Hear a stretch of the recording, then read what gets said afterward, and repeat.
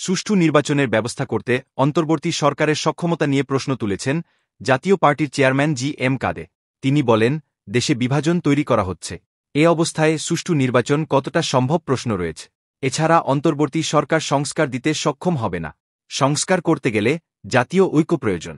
বুধবার ১ জানুয়ারি বিকেলে রাজধানীর কাকরাইলে জাতীয় পার্টির ৩৯তম প্রতিষ্ঠাবার্ষিকী উপলক্ষে আয়োজিত সংক্ষিপ্ত সমাবেশে তিনি এসব কথা বলে।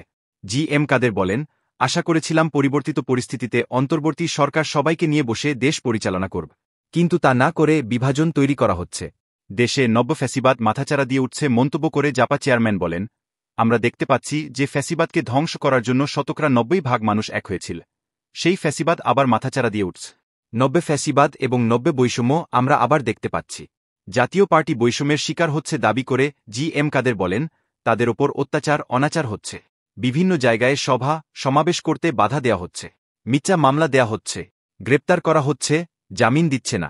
জাতীয় পার্টির এই শীর্ষ নেতা বলেন, যেখানে আমরা শেখ হাসিনা সরকারের কোনো অন্যায়কে প্রশ্রয় দিইনি, সেখানে আমাদের দোষর বলা হচ্ছে।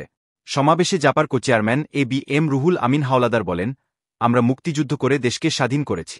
যার যে অবদান তা স্বীকার করতে হবে, অতীত থেকে শিক্ষা নিতে হবে। জাতীয় পার্টি কখনো মাথা নত করে নাই।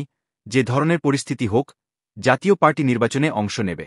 জাতীয় পার্টির ৩৯তম প্রতিষ্ঠাবার্ষিকী উপলক্ষে আয়োজিত এই কর্মসূচিতে আরও উপস্থিত ছিলেন দলের প্রেসিডিয়াম সদস্য হাজী সাইফুদ্দিন আহমেদ মিলন, মীর আব্দুস সবুর, রেজাউল ইসলাম ভূঁইয়া প্রমুখ।